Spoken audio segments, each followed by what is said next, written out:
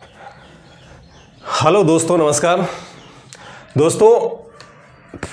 हम आज जो अपना टॉपिक रहेगा वो टॉपिक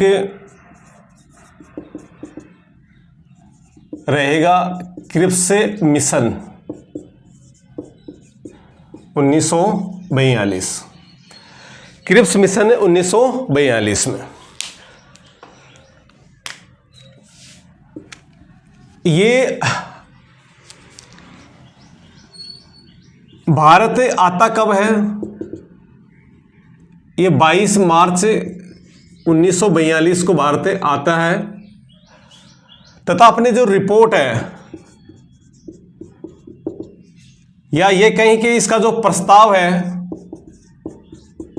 वो 30 मार्च 1942 को पेश की जाती है। ये रिपोर्ट दी जाती है कितनी तारीख को? 30 मार्च 1942 के। ये दोनों डेट इंपॉर्टेंट है, 30 मार्च 1942 और 22 मार्च 1942। क्रिप्स मिशन ब्रिटिश गवर्नमेंट के द्वारा भेजा हुआ एक मिशन है। अब ये मिशन आता कब है भारत, वो देखो।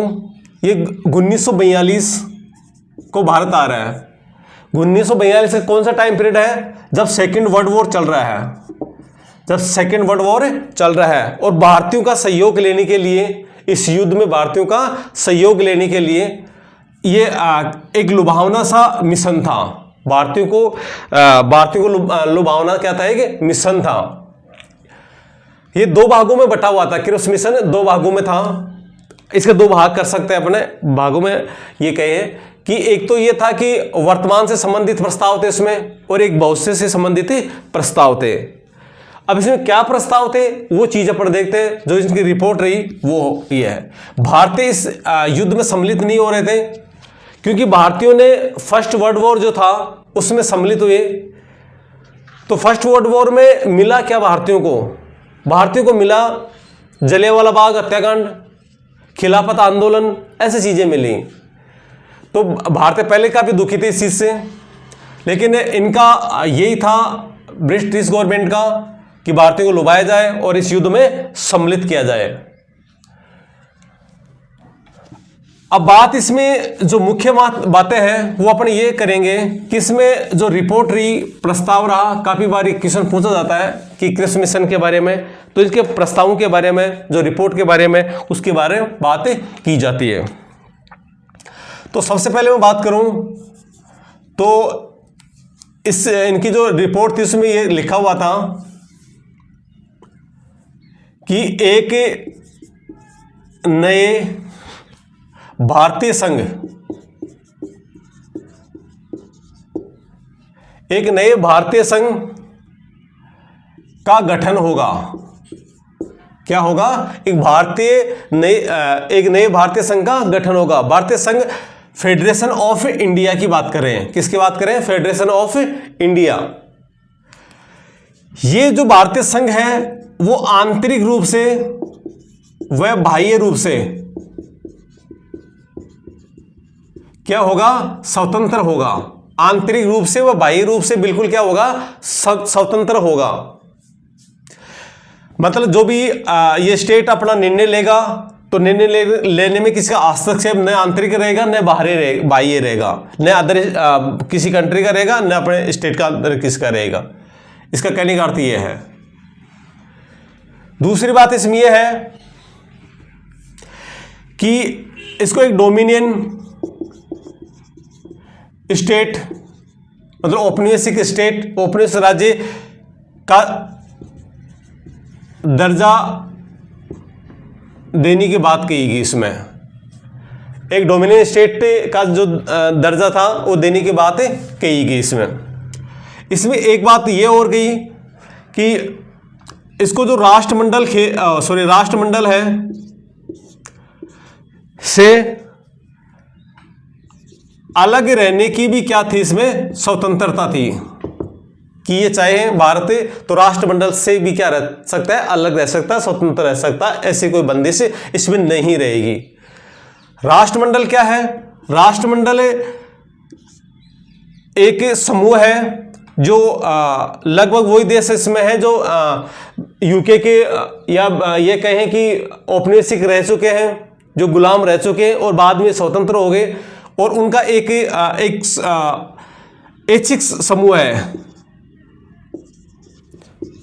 ऐच्छिक क्या है? एक ऐच्छिक समूह है। भाई आप चाहो तो इसमें रह सकते हैं, नहीं चाहे तो नहीं रह सकते, तो कोई बंदिश नहीं है। ये इसकी स्थापना देखें तो 1931 में होती है, और प्रेजेंट टाइम में, वर्तमान में यदि देखें तो इसमें 56 देश है। कितने देश हैं? 56 देश हैं। ये आपस में शिक्षा संबंधी है, तकनीकी है, खेल है, ये चीजें आपस में शेयर करते हैं। तो इसमें बात ये कही गई, कॉमनवेल्थ ऑफ नेशन, राष्ट्रमंडल क्या कहते हैं प्रेजेंट टाइम में? Commonwealth of nation. कॉमनवेल्थ आप देखते हैं ना कई बार कि कॉमनवेल्थ गेम हो रहे हैं, तो इन्हीं राष्ट्रों के समूह के वो गेम होते हैं। तो मैं आपको ये बताना चाह रहा था कि राष्ट्रमंडल क्या है। इसमें ये तीन चीजें क्या मैं जो बता रहा था इसमें ये इंपॉर्टेंट है। आंतरिक बाह्य रूप से स्वतंत्र भारतीय संघ की बात है ना, और डोमिनियन स्टेट का दर्जा की बात है, राष्ट्रमंडल से अलग हो सकता है, इसकी स्वतंत्रता की बात है।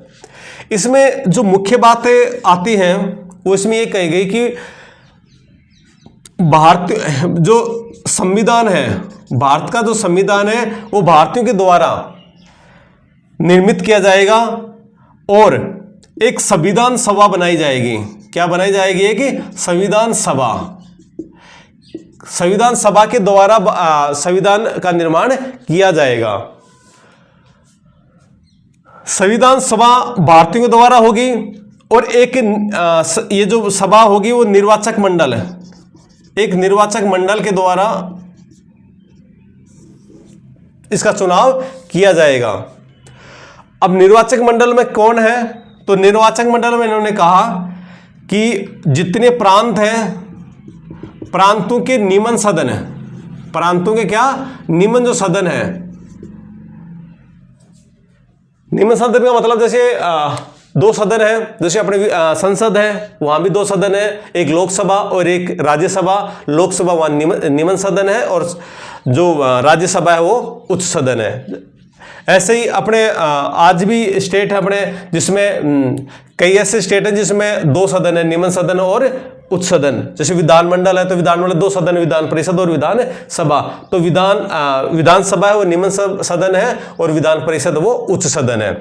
तो अपने वर्तमान में देखे जाए तो कितने स्टेट हैं? तो अपने 6 ऐसे स्टेट हैं जिसमें दोनों सदन है। खैर ये तो अलग बात थी। अब मैं आपको जो बता रहा था कि संविधान सभा होगी और एक इसका निर्वाचन होगा, एक निर्वाचन मंडल। और निर्वाचन मंडल कैसे? प्रांतों के निम्न सदन के सभी सदस्यों द्वारा आनुपातिक प्रतिनिधित्व प्रणाली के द्वारा इनका चुनाव किया जाएगा। ये इसमें बात कही गई। दोस्तों ये जो मिशन की जो बातें थी ये अस्वीकार रही, और अस्वीकार रही इसके पीछे कई कारण थे।